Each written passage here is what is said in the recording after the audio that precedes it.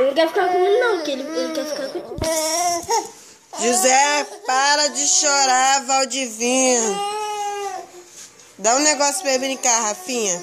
Coloca ele lá que eu limpei aí pra ele ficar aí. Adriel, espera um minutinho, tá? Mateus, pelo amor de Deus. Termina esse troço. Tô comendo. Botaram 10 quilos. José, tentando pegar o Rafael. Mas o Rafael não deixa. Senão eu vou bater o pé.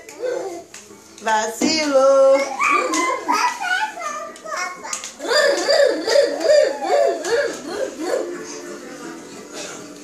Mateus dormiu. Ai, como esse menino Guaraná pra mim, por favor. Que Guaraná, tu não tá nem terminando de comer esse negócio aí que é fácil. Tá quente? Eu também tô com a boca seca. Deixa. Quero gravar ele trepando. Tô com a boca seca. Tentando catucar um lixinho pra comer. Breaking up.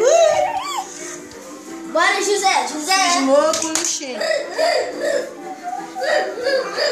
Olha a cama, uma zona. Mateus não consegue terminar. Rafael e José na onda. Adriel xingando o Felipe que a comida não chega.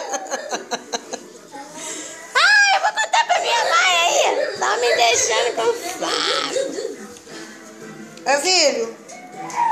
Filho, você tá igual um pintinho brincando. Chega.